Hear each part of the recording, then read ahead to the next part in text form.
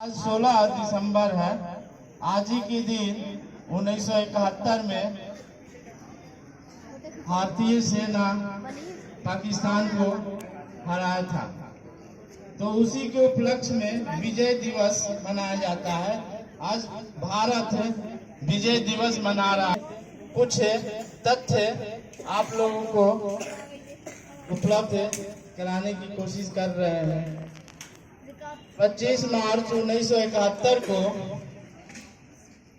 पाकिस्तान के सैनिक तनाज़ा याहिया खान ने आदेश दिया कि बांग्लादेश में जो पूर्वी पाकिस्तान पहले हुआ करता था, वहां पर सेना की मदद से वहां की जन भावनाओं को दबाने का कोशिश किया जाए।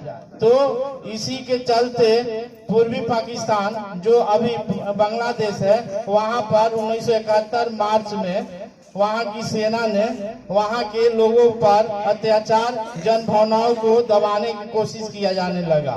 तो वहां पर उस संदर्भ में, उस क्रम में 30 लाख लोगों को पाकिस्तानी सेना ने मौत के घाट उतार दिया था। उसके डर से लोग, पूर्वी पाकिस्तान के लोग 10 लाख लोग भाग के भारत में आ गए अपनी जान बचाने के लिए। तो ये भारत के ऊपर दबाव पड़ने लगा कि भारतीय सेना पाकिस्तान में, पूर्वी पाकिस्तान में जाकर वहां कार्रवाई करे और निर्दोष लोगों पर जो जुल्म हो रहा है उसको दबाने का काम करे। तो इससे उस समय हमारे प्रधानमंत्री श्रीमती इंदिरा गांधी थी। तुरंत भारत के सेना प्रमुख जनरल मानेकशॉ को आदेश दिए कि आप अप्रैल में पूर्वी पाकिस्तान पर आक्रमण कर दीजिए। तो मानेकशॉ ने तुरंत इनकार कर दिया कि हमारी तैयारी नहीं है, हम आक्रमण नहीं कर सकते हैं। मौका और परिस्थितियों के अनुकूल ही हम आक्रमण करेंगे। तो उस समय चूंकि बांग्लादेश में मुक्ति वाहिनी था, मानेकशॉ का कहना था कि पहले उनको प्रशिक्षण कर दिया जाए, जो पूर्वी पाकिस्तान में जन आंदोलन को समर्थन कर रहे थे। तो प्रशिक्षण के लिए भारतीय सेना तैयार हुई। साथ ही साथ अंतर्राष्ट्रीय सहयोग भी प्राप्त करने के लिए इंदिरा गांधी ने कोशिश किया। उसी दौरान अगस्त 1971 में हमारा एक संधि होता है सोवियत संघ से सुरक्षा का 20 वर्षों के लिए। वो बाद में जाकर बहुत कवच का काम करता है। तो 3 दिसंबर 1971 को जब श्रीमती इंदिरा गांधी कोलकाता में एक जनसभा को संबोधित कर रही थी, उसी समय पाकिस्तानी वायुसेना ने भारत के श्रीनगर, पठानकोट, अमृतसर, आगरा पर बम से वर्षा शुरू कर दिया। तुरंत श्रीमती इंदिरा गांधी दिल्ली लौटी, सर्वदलीय बैठक हुआ, युद्ध का फैसला लिया गया। 4 तारीख से तुरंत युद्ध प्रारंभ हो गया।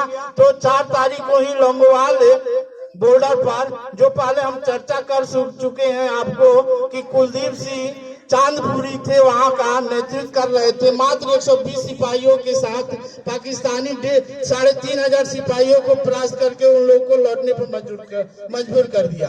इधर तब तक भारतीय एक युद्ध पोत विक्रांत बंगाल की खाड़ी में था।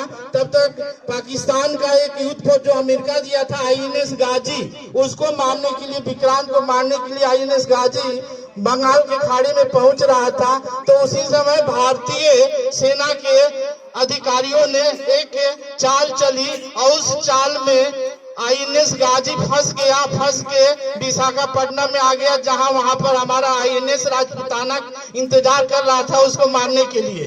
तुरंत INS गाजी को मार के गिरा दिया गया।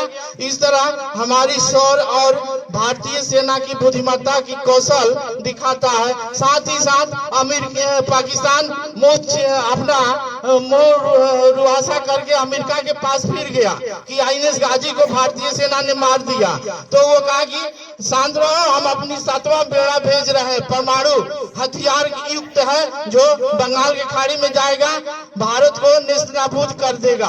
तो उसी समय जो हमारा उसका 7वां बेड़ा बंगाल की खाड़ी में आया, तभी हमारा सोवियत संघ के साथ सुरक्षा समझौता हुआ था, तो वो हम अपना 40वां बेड़ा भेज दिया, जिसमें पनडुब्बी था जो एक परमाणु हथियार से युक्त था।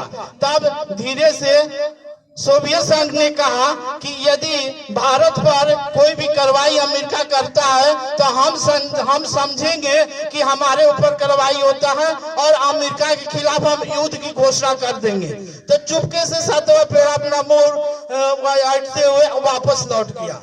तो इसी बीच एक भारतीय सेना को गुप्त संदेश मिला कि बांग्लादेश ढाका में गवर्नर हाउस में एक पाकिस्तानी अधिकारियों का मीटिंग होने वाला है। तो तुरंत उस गवर्नर हाउस पर भारतीय वायुसेना ने बम वर्षा करके उस हाउस को नेस्तनाबूद कर दिया। अब बांग्लादेश में उस समय गवर्नर थे एच मलिक, उन तुरंत इस्तीफा दे दिए और तुरंत भारत पर बाहरी देशों से दबाव पड़ने लगा कि युद्ध को समाप्त किया जाए। तो तुरंत भारत का जनरल मानेक साथे वो पूर्वी कमान के सेना अध्यक्ष थे लेफ्टिनेंट जनरल जगदीश सिंह अरोड़ा, उनको आदेश दिए कि युद्ध को तुरंत समाप्त किया जाए। तो जनरल जगदीश सिंह अरोड़ा जैकब को निर्देश दिए कि आज 16 तारीख को तुरंत आत्मसमर्पण कराने का प्रयास किया जाए। तो उस समय अपने दल बल के साथ जनरल जगदीश सिंह अरोड़ा ढाका पहुंचे, जहां पर पाकिस्तानी सेना के प्रमुख AK नियाजी थे।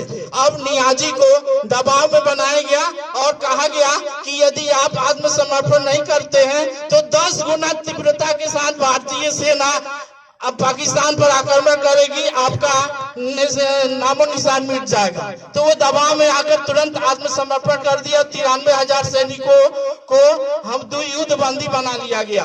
तो इसके साथ 16 दिसंबर को हमारा वहाँ विजय होता है। साथ ही साथ बांग्लादेश का उदय होता है एक स्वतंत्र देश के रूप में। पहले वो पूर्वी पाकिस्तान के रूप में था, उसके बाद और शिमला समझौता जुलाई 1972 में होता है, जो हम युद्ध के मैदान पर जीतते हैं। वो समझौता टेबल के समझौते पर हार जाते हैं, 93,000 सैनिकों को वापस कर देते हैं और शिमला समझौता होता है और भारत पाकिस्तान ये निश्चित करते हैं कि फिर कभी भविष्य में यदि हम दोनों के बीच में कोई तनाव होगा तो द्विपक्षीय समझौता के द्वारा हम लोग समाप्त करेंगे। लेकिन इस संधि को पाकिस्तान कभी भी नहीं मानता है। आपसी समझौते, आपसी विवादों को अंतर्राष्ट्रीय मुद्दों पर ले जाकर कहता है, जो वो इसका उल्लंघन है। तो इस तरह से अभी भी शिमला समझौता का वो आदर नहीं करता। तो आज इतना ही, धन्यवाद।